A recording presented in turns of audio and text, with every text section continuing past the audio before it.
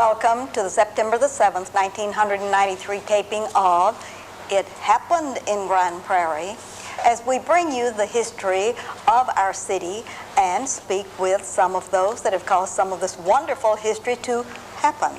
We're very delighted today to bring you our history tape number 205, and we are privileged indeed to have a very special photographer with us and with his wife assistant, and we're just so pleased that we have a restoration specialist, Mr. Harold Zock. Welcome to the show, Harold. Thank you. We're very glad to have you with us, young man. I guess the specialist part I just sort of got pushed into it. I'm not sure that I'm really an authority or a specialist on it. But it's fun, isn't it? I try. It's fun, yes. All right. Now let's welcome Miss Pat. Pat, we're delighted to have you with us, joining Harold here, since you aid and abet him in many of these things and his wonderful business. We're glad to welcome you to the set today. Oh, thank you. Wonderful. All right, let's start our interview, Mr. Zock. This is your camera, and I want you to look right into that little camera, and I want you to tell us about the real Harold Zock, about your genealogy, anything you want to tell about it, where you were born, any parents or anything that you want to put on this historical document before we get into your real wonderful work of photography. Well, I won't go into that very much. If you're wondering about the strange sounding name, it's yes. It's very American. It's a German ethnic, Eastern European. And I was born in Texas. I'm like third generation American. But tell us about that Harold.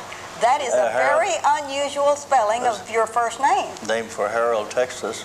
All right. Which is about 200 miles up Highway 287 northwest of Grand Prairie. All right.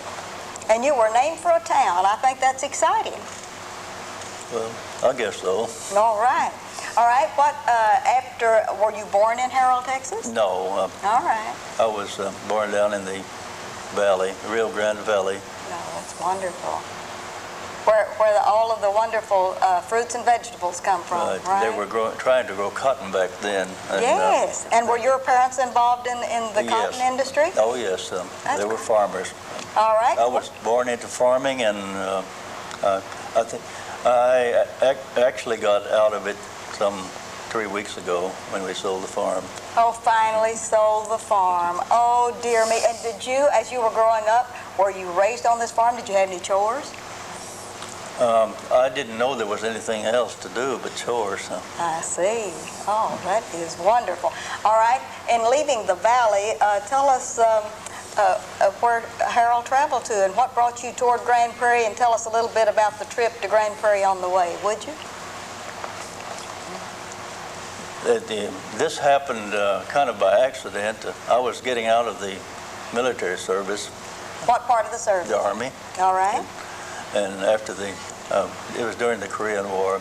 Yes. And I just happened to have run out of money about halfway between Dallas and Fort Worth, and it seems I thought, well, I better go to work and better do something. And I haven't managed to get away from here yet. And the city's always promoting economic development, and here you were ready to go to work, so you came for the cause, didn't you? And coming to Grand Prairie in what year? 1952. 1952. All right. And did you bring Pat with you, or did you meet her after you came to Grand Prairie in 1952? Oh, it was much later than that. It was like 1983. Oh, 1983 that Pat got on the scene. Well, we're going to talk to her in just a few minutes, but let's get back with you. In 1952, coming to Grand Prairie, Texas, out of the service, out of money, where'd you go to work? I went to work for Vought. Chance Vought Aircraft. All right, Chance Vought Aircraft. And what did you do as a specialist there? I was a machine shop person. Machine shop? Did you run a turret lathe, a set of drill presses, or what? I was engine lathe specialist most of the time. An engine lathe, that's one of the big boys, isn't it? That is great. And did you work over in the western part of that? Chance Vought, you know, they have both plants on both sides, or was that still Temco when you went to work? At that time, the eastern part was still Timco. Still Timco. Texas Engineering Manufacturing Company. I worked for 20 years in production. All and right. Then later on, I worked in the production hydraulics shop for 4 years, and then I worked for the rest of my 32 years I worked there. I worked in the experimental, research and development type machine shop work. 32 years, and then you retired gracefully, and that's when you got all these honeydew jobs like photographs and stuff? I don't know how gracefully that was. I went to work for recognition equipment for a little over a year or two after I supposedly retired. All right, tell us about recognition equipment. I'm not familiar with that. They were into the document processing equipment manufacture, development and manufacture. Is that here in Grand Prairie or That in the is Metroplex? That is in Irving, which is a neighbor. Irving, okay. And how long did you stay with them in that business? A little over a year. And did you enjoy that? Oh, very much so, very much. Tell us what you did. That sounds exciting. We developed a machine for handling currency, I see. an automated currency processing system. That was, It was really a fantastic robotics achievement. Yes, that's wonderful. And after leaving Recognition Equipment Company, what happened to Harold then? I just quit, stayed at home again. All right. Now, we're going to let you rest just a minute. We're going to get to Pat, and we're going to get Pat to tell a little bit about her family, and then maybe how she met you, and that all of these wonderful things that are happening to you since y'all are together as a team. Pat, we'd like for you to look out into your camera and tell us about the real Pat. Well, and give us your maiden name so you can give your parents honor. okay, my maiden name is Elizabeth, and married to Harold Sok. Yes. I came from Philippines. 1983 we met, and then got married. Yes, that's over wonderful. there and came over here. Yes, and coming from the Philippines did you come directly to Grand Prairie, Texas, or did, Yeah. what brought you to Grand Prairie? Yeah, I arrived here November '84. Yes, November '84. What did you think about coming to Grand Prairie, Texas? Were you looking for cowboys or what? No cowboys. Not really. All right. Were you Yeah, but surprised? I heard, Were you surprised at what you found in Grand Prairie, Texas? Oh, God. It's okay. All right. And when you all married here in Grand Prairie, Texas, have you been working with him in this new adventure he has for a while, or did you ever work outside the home? Just outside the home. Okay. Yeah. I worked part-time for a while. You did? Did you enjoy that? Oh, yeah. All right. It's Do you better than staying home, Yes, it is. Do you all have any children? I have 3. You have 3 children? Okay. And 4 grandchildren. Oh, wonderful. One great-grandchild. Oh, that's great. Isn't that wonderful? Y'all have a real big Christmas and holidays and Thanksgivings and things such as that. That's wonderful. Okay. Do they live in the Grand Prairie area where you can enjoy them some? Just a few of them. Just a few of them. All right. Now, Pat has some more to add to this. All Yeah, I right. have 1 and 2 grandkids, All right. One child. a boy and a girl. Oh, that is great. And when we mix all of our children and grandchildren and great-grandchildren together, it takes big bucks to feed those, doesn't it, when you have a holiday? All right. Now, let's get down to the real reason for our interview. We wanted to find out something about you and how long you've been in Grand Prairie. Let's talk about your artwork. Now, you really have to be an artist to do what you do, Harold Zock. And we'd like for you to maybe pick up one of these photographs and just talk about it. And please talk to this camera out here so everyone can see this, if at all possible. And then you tell us about it, starting with what this thing looked like when you first got your hands on it. Can you zoom in on this? Yes, he probably can. Many times I take a photograph that is very badly mutilated, deteriorated, or apart, and try to make a new copy of it. I don't touch the original. I just lay it down on my homemade copy machine and then shoot a copy negative of it. And then do you work with the negative? Is that where you do your repair? No, not exactly. The next stage is to shoot a like an 8x10 or however large I want to make my workpiece, to go ahead and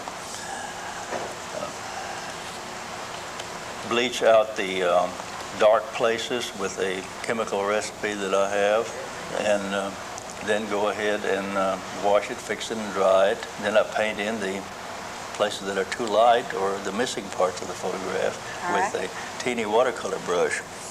And then I go ahead and shoot another negative and of that. Then I have a restored negative, and then we can go into production if need be. All right. Now, there was an exciting thing about this picture. I note with a great deal of interest that the subject there is not centered, and it's too near the top. Whoever took the photograph took it about like I would take it, but not like a professional would. How did you get him lowered down and get him moved over toward the center and kind of draw in some more background to that? That's an artwork. Yeah, this is just simply hard work. It's hand painting. Oh, and so you hand paint the after you have taken the negative and done a positive, you correct the positive and move it over and do anything you want to. Right. And then shoot another negative. And maybe put like many people would like to have. They will have the father in one place and the mother in another place on a photograph, and they'd like to get a couple of shots made. Like 50, 60 years later. Yes. So I will just go ahead and put in... Move them together? Yes, put them together How into exciting. one photograph. Do you have an example of one of those maybe where you... I have one that's very similar. I don't have a very good example of it. Oh, this is a good example, I think. We'll try to work with this. Let's work with this one.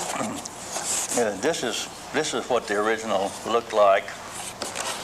And let's get this up where we can get a good shot of that. Now talk about it. So I took this much of the photograph and made portraits of him out of it. Well, I noticed that in the original that you have there, that of the gentleman that is in the center, you can't see his eyeglasses over in the original, and yet now he has beautiful eyeglasses in that center portrait. How did you do that? Sometimes we have to use a little imagination if we don't have any better information. A little information. imagination.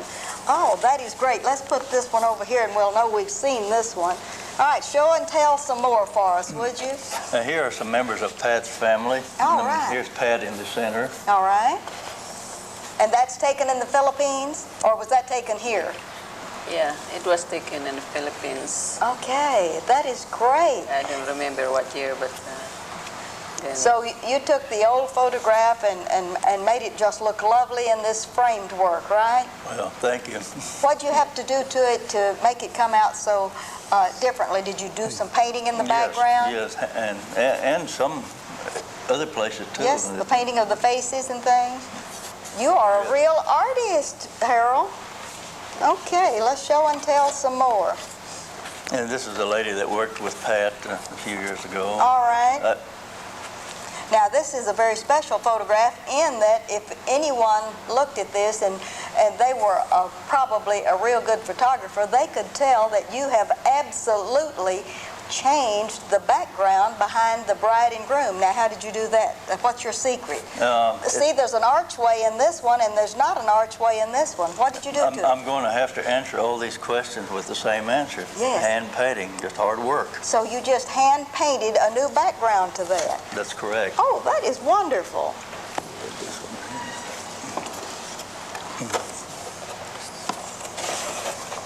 Tell us the story about this one. That looks like an exciting adventure right there. It's been brought to my attention that this lady who is portrayed here is first cousin to Dave Crockett. I believe that her name was Mary Crockett Mitchell. And this photo was submitted to me by a lady in Grand Prairie that she wanted it restored. Uh-huh. So this is similar to what the Original original was. was, and this is the restoration. That's the of it. finished product. Oh, I hope we can get a good shot of that finished product because that is exceptional. You That might be is getting a glare on wonderful. that. Are from we that getting a light. glare on that? That better be a non-glare glass, hadn't it? It's Yeah. not. Yeah. Oh, that is wonderful. Okay, let's step these aside and see what else we have. Now, this is a very, very special one, isn't it? Well, it's special to us. That's what I'm talking about. This is a specialty to you.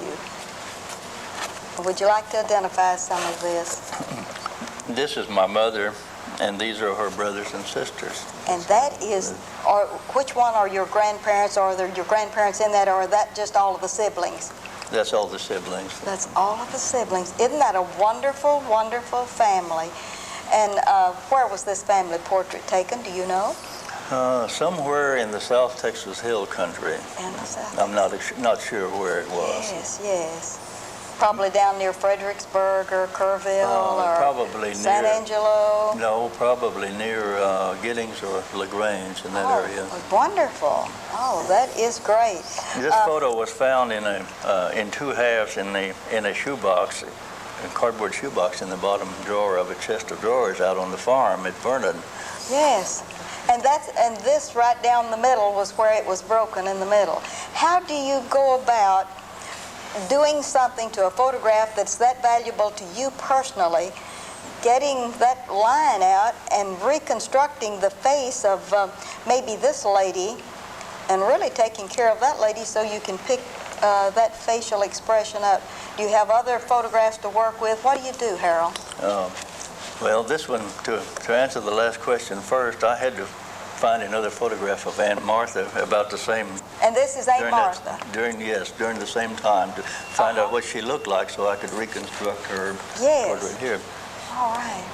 And the answer to the other question was that it just, this is a job here, this is done for free, and it just takes a lot of hard work. I mean, nobody paid me to do this one. All right. Now, if I brought a photograph into you in this condition and you thought my budget was unlimited, what would you tell me that probably a restoration like that might cost me? Just a ballpark figure, so that the people in video land would know that you're within their price range or whatever. I don't consider any view that a budget may be unlimited. I mean, Yeah, you just give them a shot at it. I give them a shot at it. I make an honest, on-the-spot estimate on. I figure how many hours it would take me to do it, and then give them a price at that time.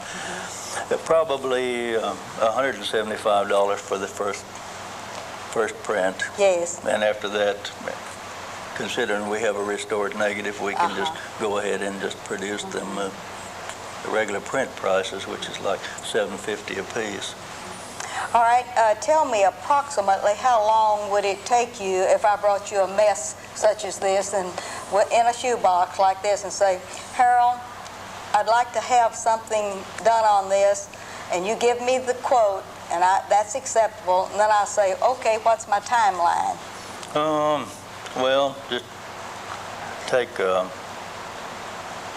I figure it based on $20 an hour. All right, that gives us a ballpark figure. 20 Sometimes I end up working for like for $2 an hour. 47 cents an hour before it's over with, but anyhow, that's... Yes, Well, when you did this for your family, do you have cousins or none of your relatives in this picture are alive today, are they? No. No, all of those have long since left this world.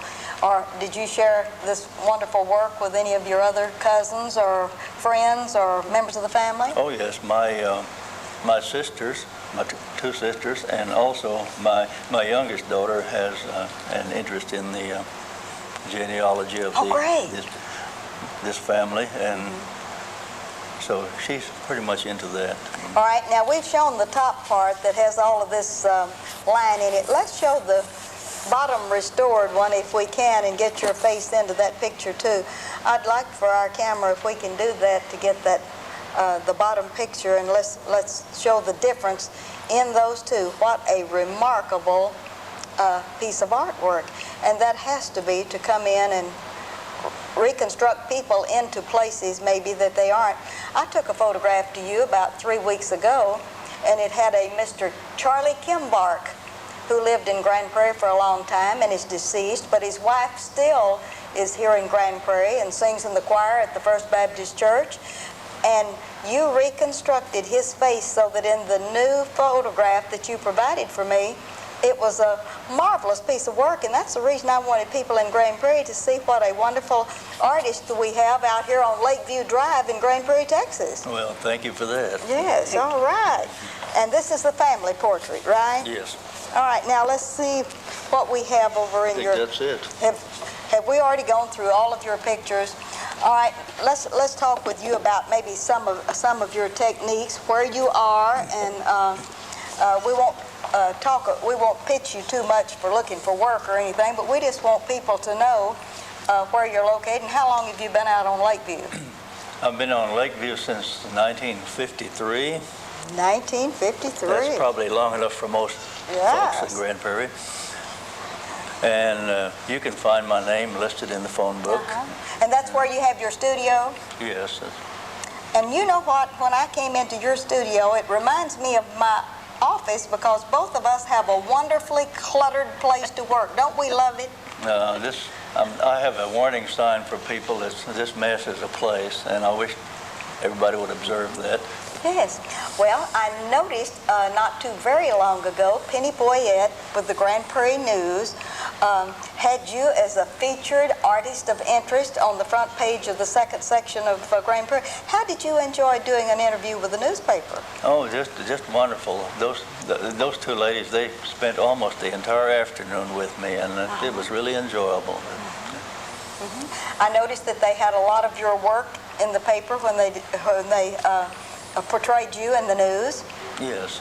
Did you feel somewhat famous after you'd already been in the news? Well, have you been on other talk shows and had other interviews? Tell us something about some more things that are happening to Harold's side. Oh, a couple of them. Well, there's not much else to talk about, but just busy every minute. Busy every minute. All right. Now, I know that outside of your work, you have other interests. I know that you've talked about your church. I've seen some things that you have about your church. Would you like to tell about anything else that you do besides working real hard, keeping Pat busy, and restoring photographs? Do you have any other hobbies? I chase a few cats around the house once in a while.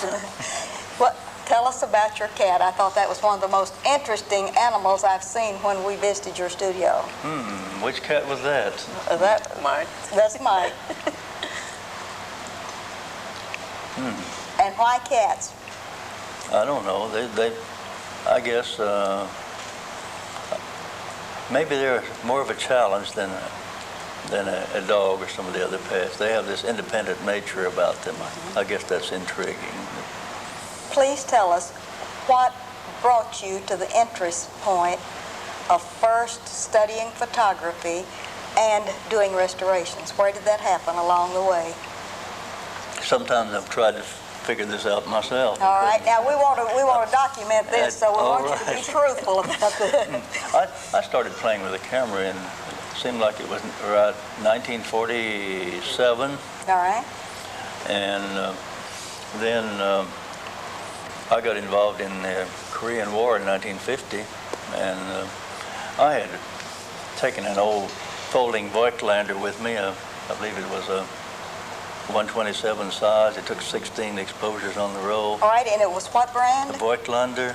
All right, go right ahead. And I didn't do anything professionally there, but I wanted to document where I went during the war in Korea. All right. And after I got back, well, I got involved with getting married and raising kids, and never photographed anything other than the cat and the baby. Yes. And then after the kids got out of the nest, then one day I walked by a camera shop, which was on Main Street in Grand Prairie. All right. Cameraland. Oh, Cameraland. Oh, yes. Yes. Yes. And Good place. I picked up a Miranda Sensorex All right. and a roll of slide film, and I shot this roll of slide film with such success. Those things were so beautiful that, to make the long story short, I had to go professional to feed an expensive habit that That's I true. had developed. That is true. That is true. That is exactly Buying all what the happened. film and That's all of the exactly good what had stuff. That is wonderful. And how I got into restoration work, I don't know. I haven't figured that one out yet. You evolved kind of like Topsy into it. You found some photographs that you just, is that, or was it when you were working with the recognition equipment that you learned all of these new techniques? Oh, no, this was recognition equipment. It was just a recent thing. That was 1989, Okay. 1990. Okay. Okay, I just wonder where along the way you just picked up this desire to do all of this restoration work. I think that is just wonderful, and you certainly are an aid to those in the historical organization, the historical, the genealogical group, and the commission, and et cetera, and especially here in Grand Prairie. And I also enjoy photographing the beautiful ladies. Yes, all right. All right, would you advise a young person to go into that type of endeavor if they wanted it as a hobby or for a career? I don't advise them to do this as a career. It doesn't seem to produce that much in this economy we have today. Yes. But it is certainly a very fascinating hobby to get into. What would you say was the most interesting subject that you have ever photographed or restored, and probably the pride of all of your photographic work that you've done?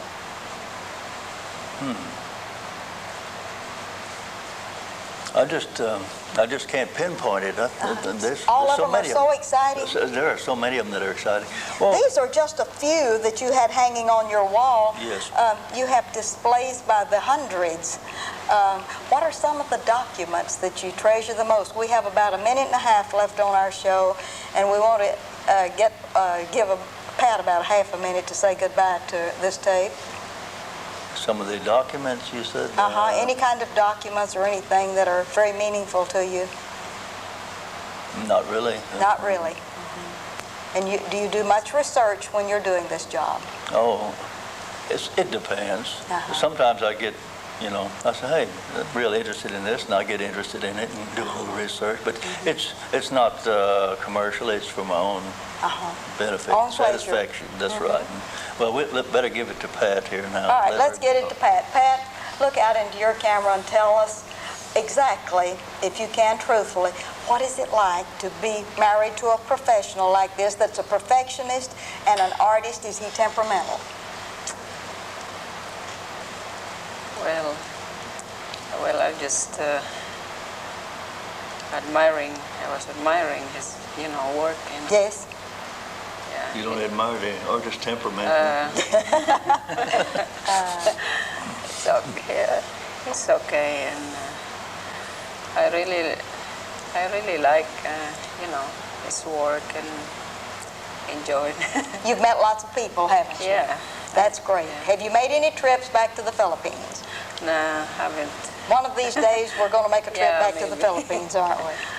Well, I want to thank you all for taking the time to come and be with us today and tell us about your artistic work, because you have to be an artist to care about handling old photographs and especially about the restoration of them. I think it's just been wonderful, and we look forward to seeing some more of your great work. And is there anything in the half minute we have left that you want to put on this tape at the end of it?